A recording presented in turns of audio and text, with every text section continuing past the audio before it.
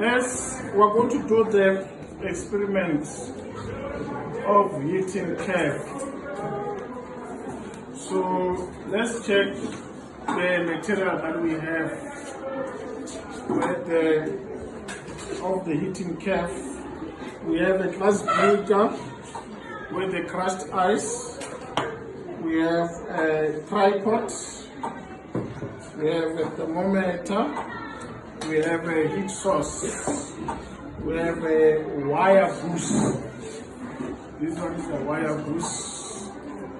And let's stopwatch. We said our stopwatch, we're going to use the one that is on a smartboard. We're going to use this watch. And the safety precaution was saying that an open flames create the risk of clothing or other object catching alight. Some material used in the science experiment are flammable, creating additional risk. By taking a safety precaution, you minimize those risks. Okay, I want us to go to the next page and see how we're supposed to carry out this experiment. So on page 2, there are the methods that we need to set up our experiments again.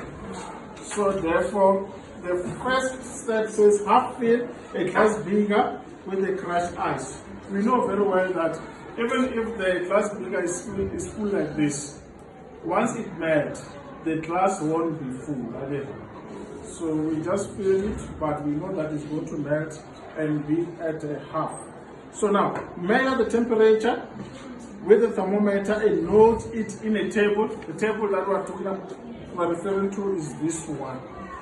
However, so now, place the beaker on a goose wire on a tripod stand. Gently heat the beaker using a Bunsen bed. We have a fire source or a heat source. We don't have a Bunsen bed.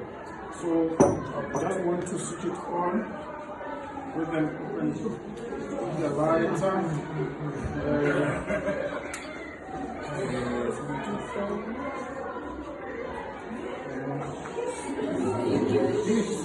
Then this one is a wire goose. Then we place our glass beaker with the crushed ice, and this is our thermometer.